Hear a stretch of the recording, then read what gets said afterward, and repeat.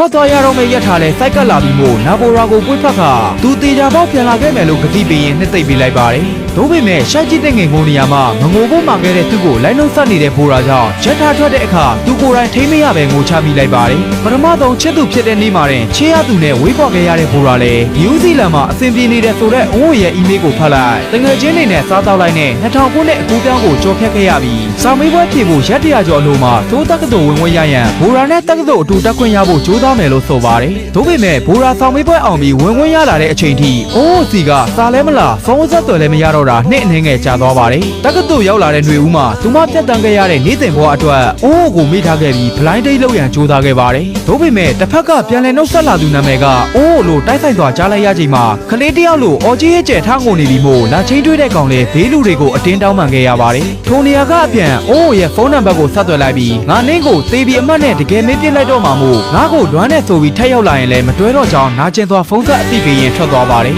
ယခု2019ခုနှစ်ဘိုရာဗီဒီယို9ရိုက်ရေးဆိုင်နဲ့ဝင်လာတဲ့ဘိုရာတယောက်မိဘတွေကိုခေါ်မရလို့မောပန်းသွားထိုင်လိုက်တဲ့ပရင်တာပေါ်ကအထုပ်ထုပ်ကြောင့်သူမပြီးဖုန်းဆက်ပြောမှုတဲ့ပါဆယ်မှန်းသိသွားပါတယ်ဓာတ်ပုံနောက်ကလူပညာရှင်ဒုံဆက်ဆိုသူရဲ့ပြကန်းကိုလိုက်သွားတဲ့အခါရှေးအောင် TV တစ်လုံးပေါ်ကသူမတို့ဆိုင်ပုံကိုတွေ့ရပြီးနောက်တစ်ခါရောက်မှအိုးနဲ့အတူထိုင်ခဲ့မှုတဲ့ခုံတန်းလေးနဲ့မမုံမင်ပုံရိပ်တွေကိုသဘောကျသွားကြည့်နေရင်က2000ခုနှစ်မှာတည်ဆုံးခဲ့တဲ့အိုးကိုတတိယချင်းဆိုတဲ့နေ့သွဲတွေကိုအံ့ဩစွာမြင်လိုက်ရပါတယ်ဒီအချိန်အနားရောက်လာတဲ့လူငယ်တယောက်ကသူအိမ်ပြောင်းဖို့ပစ္စည်းတွေထုတ်ပိုးနေချိန်သူ့ကိုဖွက်ထားတဲ့ပစ္စည်းတစ်ခုကိုအိုးတည်ဆုံးပြီး15နှစ်အကြာမှာတွေ့ခဲ့ရကြောင်းပြောပြပါတယ်အစကသဘောမပေါက်ပေမဲ့သူ့ကိုအတွက်အဓိပ္ပာယ်ရှိတဲ့အရာမို့ဖိတ်စာပို့ပေးခဲ့ခြင်းပေါ်စိတ်နှောက်ယှက်ဖြစ်ခဲ့ရင်တောင်းပန်ပါတယ်ဆိုတဲ့အခါဘိုရာကတော့ပြပွဲပိတ်စာကြောင့်သူမချစ်သူဆုံးမတော်မှသိလိုက်ရတာဖြစ်ပြီးမဟုတ်ရင်တစ်သက်လုံးနာကြီးသိမ့်နဲ့ရှင်သန်သွားရတော့မှာလို့ဆိုပါတယ်ဘိုရာကြောင့်နဲ့သူ့ကိုကိုရီးယားပြန်လာရင်သိဆုံးခဲ့ရတဲ့အတွက်အပြစ်တင်ခြင်းခဲ့ပေမဲ့သူ့ကိုရဲ့အမတ်တရားအလုံးဟာဘိုရာရှိနေတာမို့ဘိုရာကိုဘလောက်ချစ်ခဲ့မှခံစားမိလာတာကြောင့်ဒီပြပွဲကနေတစ်ဆင့်ဘိုရာစီလက်ဆင့်ကအသိပေးခြင်းလာလို့ရှင်းပြပါတယ်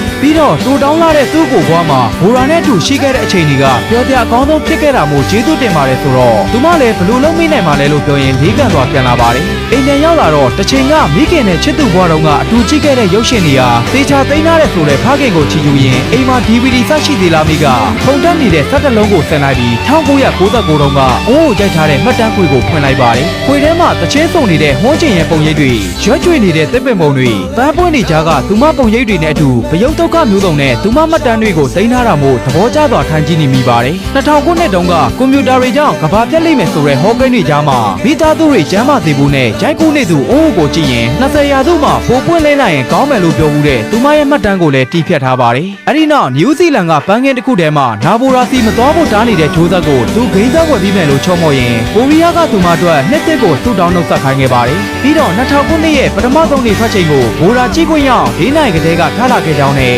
နည်းနည်းလောက်ပဲထပ်ဆောက်နေရင်20ရာစုရဲ့ဘိုရာစီတေချာပေါက်လာခဲ့မယ်ဆိုတဲ့ဗီဒီယိုမှတ်တမ်းဟာနာဘိုရာရဲ့လက်ကျန်ဘွားတစ်လျှောက်လုံးအတွက်အမှတ်ရစရာဖြစ်စေခဲ့ပါတယ်